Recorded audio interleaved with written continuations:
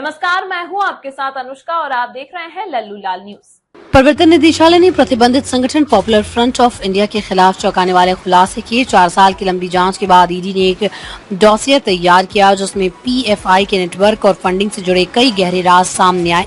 इस डॉसियर के अनुसार पीएफआई न केवल भारत में बल्कि विदेशों में भी अपने नेटवर्क को मजबूत बना रहा था। हवाला के जरिए करोड़ों की डोनेशन और विदेशों में 13,000 से अधिक सदस्य इसके काले धंधे का हिस्सा है। प्रवर्तन निदेशालय ने दावा किया है कि पीएफआई के सदस्य केवल भारत में ही नहीं बल्कि विदेशों में भी सक्रिय हैं।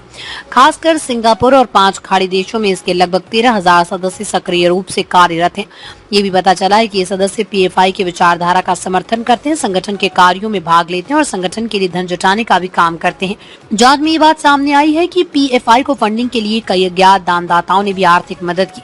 इसके अलावा संगठन को हवाला के जरिए भी बड़ी रकम प्राप्त हुई। ईडी की रिपोर्ट में कहा गया कि पीएफआई ने अपने एजेंडे को फैलाने के लिए विदेशों से आने वाले इन फंड्स का इस्तेमाल किया। हवाला के जरिए धनराशि का लेन देन संगठन को गुप्त रूप से आर्थिक सहायता पहुंचाने का मुख्य जरिया है। ईडी के दस्तावेज के मुताबिक पीएफआई का नेटवर्क देश के कई प्रमुख राज्यों में फैला हुआ था। इसमें केरल, कर्नाटक, तमिलनाडु, तेलंगाना, दिल्ली, राजस्थान, महाराष्ट्र, बिहार, पश्चिम बंगाल, असम, जम्मू कश्मीर और मणिपुर शामिल हैं। ईडी की जांच में यह भी खुलासा हुआ है कि पीएफआई की गतिविधियों का उद्देश्य है कि देश में सांप्रदायिक तनाव बढ़ाना और कट्टरपंथी विचारधाराओं को फैलाना था। संगठन ने अपनी विचारधाराओं को फैलाने के लिए युवाओं को आकर्षित करने की कोशिश की और उन्हें अपनी गतिविधियों में शामिल किया। इन खुलासे के बाद केंद्र सरकार ने पीएफआई पर पहले ही प्रतिबंध लगा दिया। संगठन पर आतंकी गतिविधियों में शामिल होने और देश की सुरक्षा को खतरा पहुंचाने के आरोप लगे हैं।